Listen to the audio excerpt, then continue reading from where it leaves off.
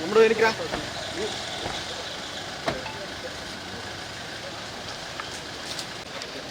చూసే ఎన్ని కొంచెం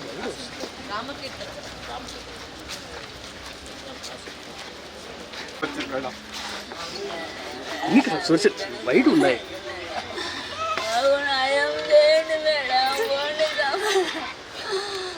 బిడ్డ కొంత పోయి ఇంట్లో వచ్చి కొంత పోయి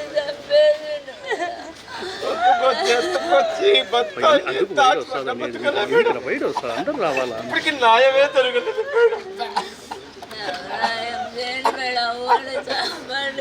నా బిడ్డతో పాటి పని సంబంధి ఇద్దరు కొడుకులు బాబు సెకండ్ ఇయర్ ఎగ్జామ్స్ రాసింది కనీసం 17 ఏళ్ళే మేడం.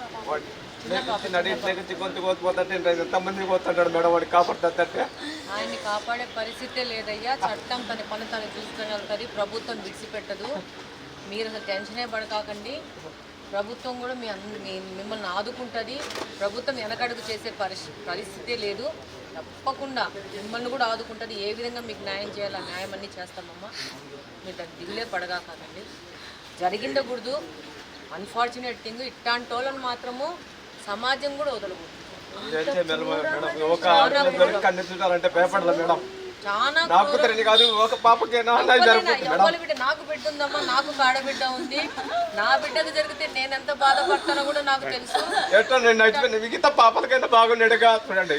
ఇట్లాంటి మానవ మృగాలని వదిలిపెట్టే ప్రసక్తే లేదు. డెఫినెట్ గా మీకు న్యాయం జరుగుతుంది. వాళ్ళు వీళ్ళు చెప్పిన మాటలు మీరు నమ్మగాకండి. మీకు న్యాయం జరుగుతుంది అంతే. మీరు ఆ నమ్మకం మీద ఉండండి. డెఫినెట్ గా మా బిడ్డ ఎంతనో మీ బిడ్డ అంతనే. విషయాలు సారు ఎవరిని స్పేర్ చేసే పరిస్థితి లేదమ్మా. పాపని మేము దానం చేసేలా వాడు చనిపోవాలి. చట్టం ప్రకారము చట్టం జరుగుతుంది ముందుకు. మీరు టెన్షన్ పడగాకండి. అన్ని కరెక్ట్గా జరుగుతాయి. మీరు మాత్రము ఎవరిని చెప్పిన మాట వినకాకండి అమ్మా. జరగండకూడదు. మన ఆడబిడ్డ మన ఇంట్లో మనతో ఉండాల్సిన బిడ్డను అనవసరంగా పొట్టన పెట్టుకున్నాడు. దీన్ని ఇంకొకరు చెయ్యాలంటే కూడా భయపడే విధంగానే కఠినంగా శిక్షలు ఉంటాయమ్మా. టెన్షన్ పడగాకండి. ప్రశాంతంగా ఉండండి. వాళ్ళు వీళ్ళు చెప్పిన మాటలు వినమాకండి. మేమందరం ఉన్నాం మీతో పాటే. అర్థమైందా?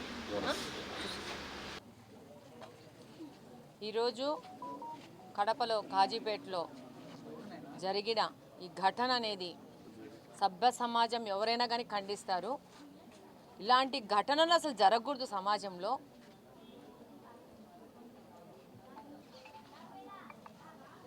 సరైన పెంపకం లేకుండా పిల్లలకి ఇలా వదిలేస్తే వీళ్ళు మృగాలు అవసరం లేదు. వీళ్ళే సమాజంలో మృగాల లెక్క తిరిగేసేసి వీళ్ళు ఆడపిల్లలకి ఇంత అమానుషంగా ఒక చదువుకుంటున్న పాప ఇంట్లో ఉన్న పాపను పోయేసి ఈ విధంగా ఆ పాపని హతమార్చడం అనేది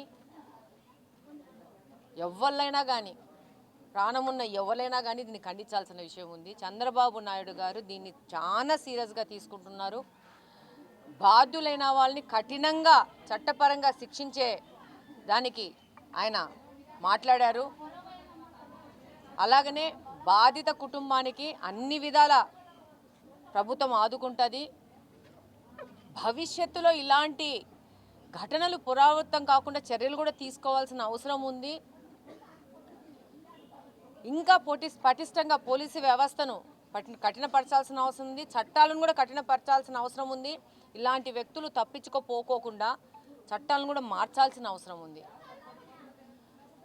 మన ఆడపిల్లలను మనమే కాపాడుకోవాలా. మన ఆడపిల్లల భవిష్యత్తు కోసం మనమే చట్టాలు మార్చుకోవాల్సిన అవసరం ఉంది. డెఫినెట్గా ప్రభుత్వం చాలా కఠినంగా ఈ చర్య మీద ముందుకెళ్తుంది. బాధితురాల కుటుంబాన్ని కూడా అన్ని విధాలు ఆదుకుంటాము. చట్టపరంగా చర్యలు కూడా జరుగుతాయని సందర్భంగా తెలియజేసుకుంటాము. Thank you.